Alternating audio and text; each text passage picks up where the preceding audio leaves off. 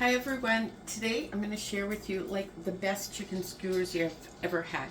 You can do them in the oven, you can do them in the air fryer, do them on the barbecue, wherever you want to, and they're so simple and they're to die for. And they have a glaze.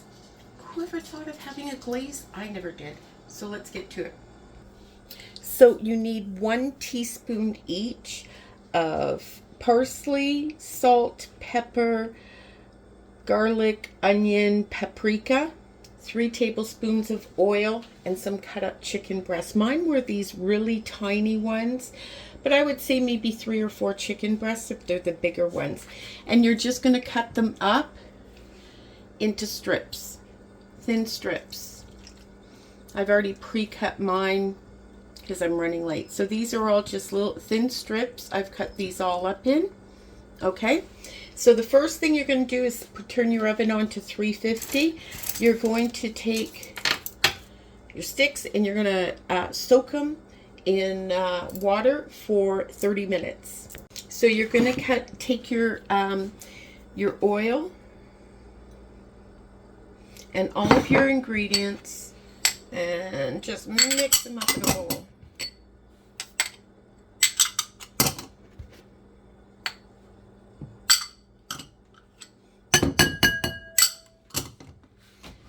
And then we're just going to stir that up.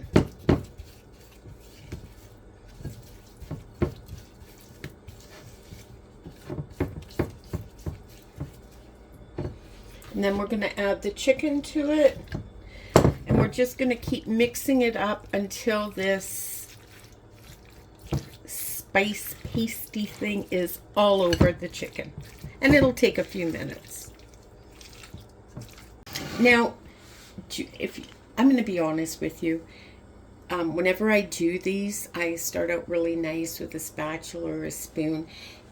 And honestly, the best way, put on a pair of gloves and just use your hands. It just, yeah, I find that does it the best. So we've got our skewers, and all you do is you thread them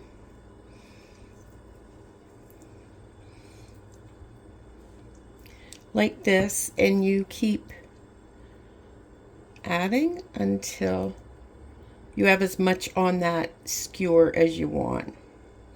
And you can cut them. In fact, if you're using an air fryer, at least for mine, these are about this much too long. Depends upon the skewers you get, but keep that in mind. So if you've got to cut them, maybe cut them all at once beforehand. Move this a little farther down. Now I have this old Nordic ware griddle pan from years ago, and it lost all of its coating or that, but I absolutely love it for doing these on. So I just put a piece of parchment paper on it. Even if you just have a little piece, just thread it on like that. So that's good enough for me. And we're going to just keep lining these up. So we ended up with 6 of them. The reason why I like this rather than chunks is, well, first of all, it looks better. It just looks cooler.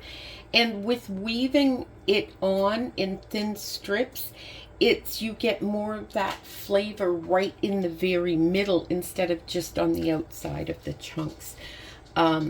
They're amazing. So I'm going to put this at in 350 degrees in the oven. I check them after 15 minutes and I turn them over. Air fryer, 350 degrees, probably about 12 minutes, and go in and turn them at that time. So we'll see you in a few. Now this is what they look like after 15 minutes. Now you don't have to take them out of the oven to do this. I'm just doing it so you can see what they look like. And back in they go. Okay, so while the chicken is cooking, I'm going to make the glaze. Now for the base of the glaze, you can use, plain yogurt.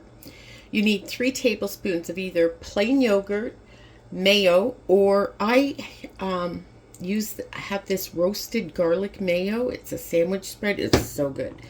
I'm using 3 tablespoons of that.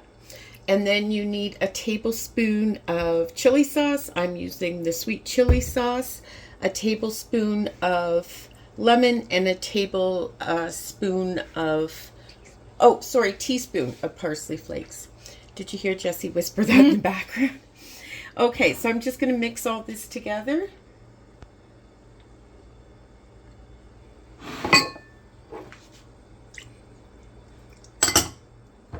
I thought it looked, when I was looking at it, I thought it looked a little short for a tablespoon.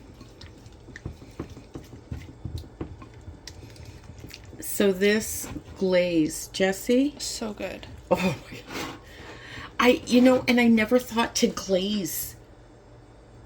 We've had them, shish kebab, all that stuff, and sometimes it's a little dry on the outside, but it's really good. And once we started doing these with the flavor all through, yeah. So good. And the glaze, you're going to die. Okay, we're just going to let this sit and kind of let the flavors melt while the chicken cooks. I had these in about 10 minutes on the other side before they were done. And now what you're going to do is you're just going to cover these with this sauce. Now, after a couple minutes, it kind of melts in a bit, doesn't it, Jessie? Yeah. And you're going to want to turn them over as well and do both sides. Okay, here they are all glazed up, ready to eat.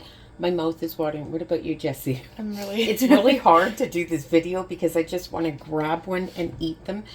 They are not only flavorful, but they're really tender and juicy. They don't get all dried out like the normal ones I make. Give these a try. You're not going to regret it. Let me know what you think in the comments.